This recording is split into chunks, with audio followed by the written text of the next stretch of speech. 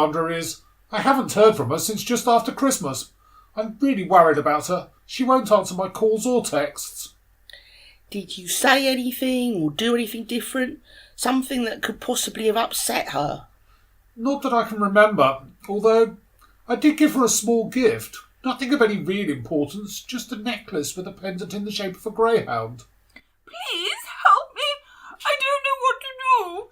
Jeffrey has gone crazy.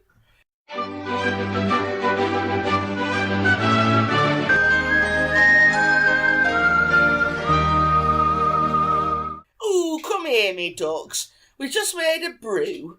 John, pour out Sandra a cuppa. Frank, shift that pile of magazines up to the chair so she can sit down. Oh, Mrs. Muggins, you're so kind. All of you, so kind. There, my maid. You let it all out. Men, I tell you, the world would be a better place without 'em. Sometimes I think I should become one of those lesbrarians. What about me? Can I what? What about you, Frank? I wouldn't have to worry about you anymore if I was off with my lesbrarian girlfriend, now would I? But who cooked my dinner? I'd rest my case, Cootie. I couldn't even get a kebab now Donna's gone. There are other kebab shops, Frank.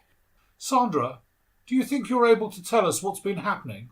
Oh, John, thank goodness you're here. It's been dreadful.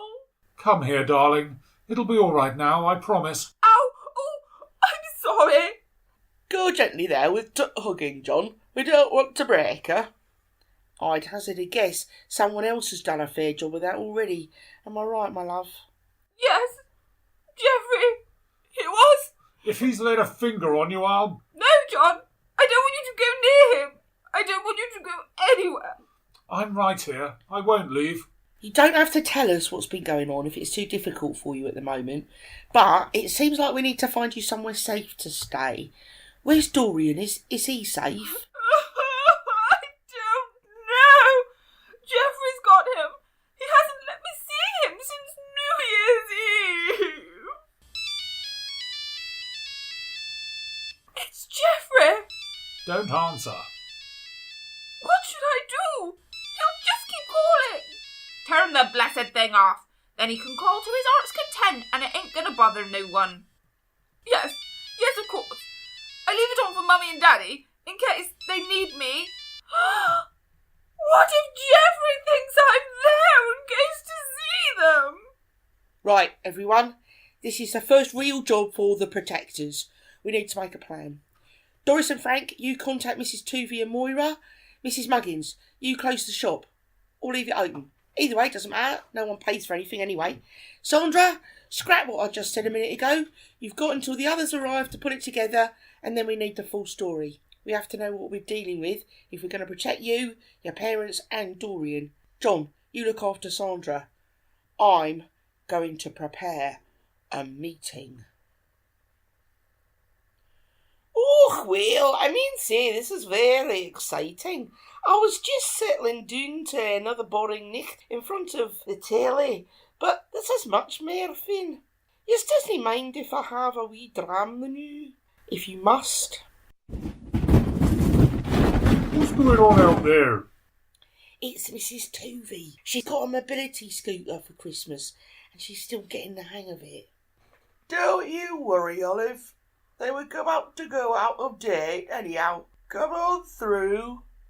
Hello, Mrs. T. Oh, hello, everyone. You been smashing up Mrs. Muggins' shop? Oh, yes. I had a little argument with some biscuits. They jumped right out in front of me, they did. I don't doubt it, Mrs. Tuvey. Them biscuits can be downright dodgy. I often find them throw themselves in my mouth. Oh, shush, Frank. Right, we all know why we're here.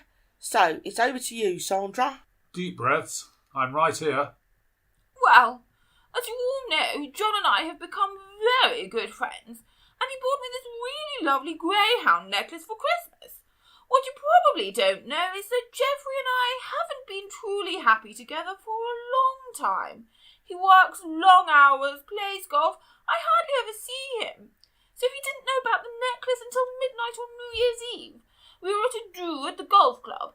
Everyone was exchanging kisses as Big Ben bonged, and he he was very drunk and, let's just say, he found it, even though I wasn't displaying it openly. I think that made it worse somehow. That I had kept it on and chosen an outfit that would hide it. He thought that gave it special significance or something. I'm so sorry. What an idiot. I should have thought. No, John, it was a lovely gift and it was so special that I didn't want to take it off.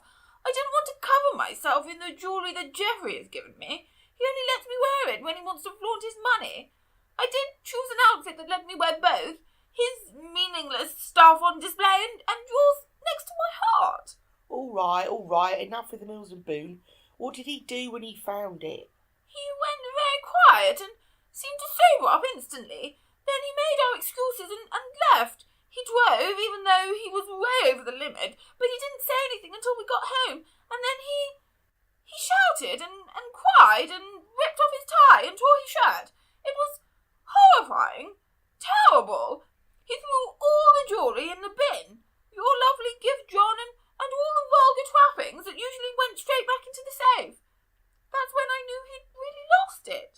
And is that when he hit you? No, he never actually hit me. It was, he took me into the bedroom where we have a chaise longue and a television, and he tied me to the chaise longue facing the television and put his Jim Davidson live DVD on repeat. Oh my God! That must be in breach of the Geneva Convention. It gets worse. On New Year's Day he went out. Leaving you tied up? Yes. And still watching Jim Davidson? Yes. You poor love. Then he came back and he had the box set of all 31 series of... 31 series? It can only be. Last of the bleeding summer wine. Oh, Sandra, it didn't make you watch them all. Yes, he did. And the bruising? From trying to escape from the thrashing about on that horrible chaise lounge because physical pain was preferable to seeing Compo and Nora Batty's stockings again and listening to that trumpet. See, Frank, see the sick depths men'll sink to. Lesbianarianism, Frank, be warned. Will Sandra ever recover from her ordeal? Will the protectors find a punishment suitably harsh for Geoffrey's crimes? Does Doris become a lesbian? Can Mrs. Tuvey master her mobility scooter? Tune in to the next episode to find out.